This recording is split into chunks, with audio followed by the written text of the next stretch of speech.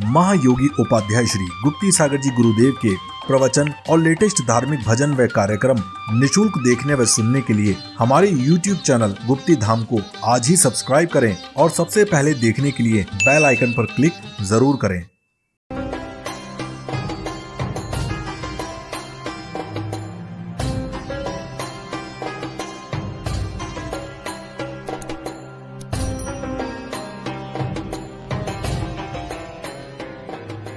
अरब की भूमि में रातें भी बड़ी भयावह लगा करती हैं। ऐसे ही रेतीले सुनसान स्थान पर यात्री को एक झोपड़ी दिखाई दी जिसमें कोई व्यक्ति गीत गा रहा था। यात्री एक क्षण को रुका और गीत के बोल सुनने लगा। यात्री को झोपड़ी में रहने वाले वृद्ध पुरुष की आकृति जानी पहचानी लगी।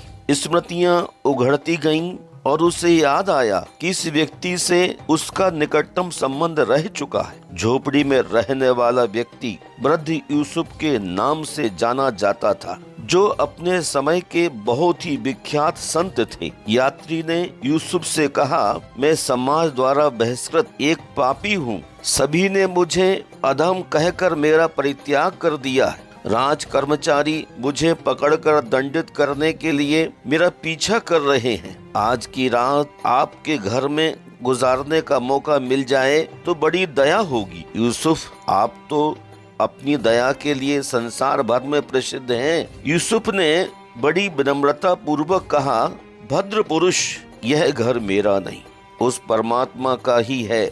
इसमें तुम्हारा भी उतना ही अधिकार है जितना कि मेरा।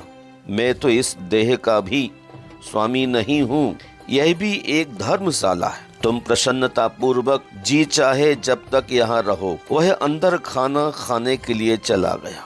अभ्यागत को भरपेट भोजन करवाकर सोने के लिए बिस्तर लगा दिया और बिना परिचय पूछे ही सो जाने के लिए कहा। प्रातः काल हुआ। पूर्व दिशा में अरुणिमा फैलने लगी और पक्षियों का कलरव गूंजने लगा। यूसुफ उठ गए और नहा धोकर अतिथि के जागने का इंतजार कर रहे थे। उधर अतिथि कई दिनों का हारा थका होने के कारण चैन की नींद ले रहा था। यूसुफ अतिथि के पास गए और धीरे से जाकर बोले, उठो भाई, सूरज उग आया है। तुम्हारी सुविधा के लिए मैं थोड़ा बहुत धन लाया हूँ। उसे लेकर द्रुतगामी घोड़े पर सवार होकर दूर चले जाना, ताकि तुम अपने शत्रुओं की पहुंच से बाहर निकल सको। इस सत्पुरुष के मुखमंडल पर हार्दिक पवित्रता शीतल रजनी चंद्रिका की भांति फैली हुई थी। उनके शब्द जैसे अंतःकरण से निकलकर आ रहे थे, तभी तो उनका व्यवहार इतना दिव्य बन पड़ा था। इस दिव्य व्यवहार के प्रभाव स्वरूप ही आतंक के हृदय में पवित्र और सात्विक विचारों का प्रवाह बहने लगा था। अतिथि को अपना पूरा विगत स्मृत हो आया और लगा कि पापपूर्ण प्रवृत्तियों की कालिमा पश्चाताप के रसायन से स्वच्छ होती जा रही है और उनके स्थान पर निर्मल भावों की तरंगें उठने लगी हैं। प्रवृत्ति पर घुटने टेक यूसुफ के चरणों में झुककर अतिथि ने कहा, हे शेख, आपने मुझे शरण दी, भोजन दिया,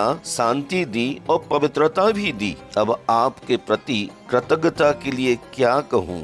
मैं कैसे कहूँ कि यह उपकार पापी इब्राहिम के लिए किया है, जो आपके बड़े पुत्र का हत्यारा है। हमारे कबीलों में हत्यारे का शिरच्छेद कर ही मृत आत्मा को शांति पहुंचाई जाती है। आप भी उसी परंपरा का पालन कीजिए। इब्राहिम यह कहकर मौन हो गया, परंतु यूसुफ ने तो उसे भागने में और भी जल्दी की, क्योंकि वे डरने लगे अपने आप से कहीं अपने पुत्र के हत्यारे का वध करने के लिए पार्श्विक प्रतिशोध न जाग पड़े। वे बोले, अब तो तुम और भी जल्दी चले जाओ, कहीं मैं प्रतिशोध के कारण कर्तव्य भ्रष्ट न हो जाऊं। इब्राहिम चला गया और यूसुफ ने अपने दिवंगत पुत्र को संबोधित करते हुए कहा, मैं तेरे लिए दिन रात तड़पता रहा हूँ। आज मैंने तेरा बदला ले लिया है। तेरे हत्यारे की निशंस भावना पश्चाताप की अग्नि में जलकर नष्ट हो गई है और उसका हृदय पवित्र हो गया है। अब तू शांति की चिर निद्रा में सो जा।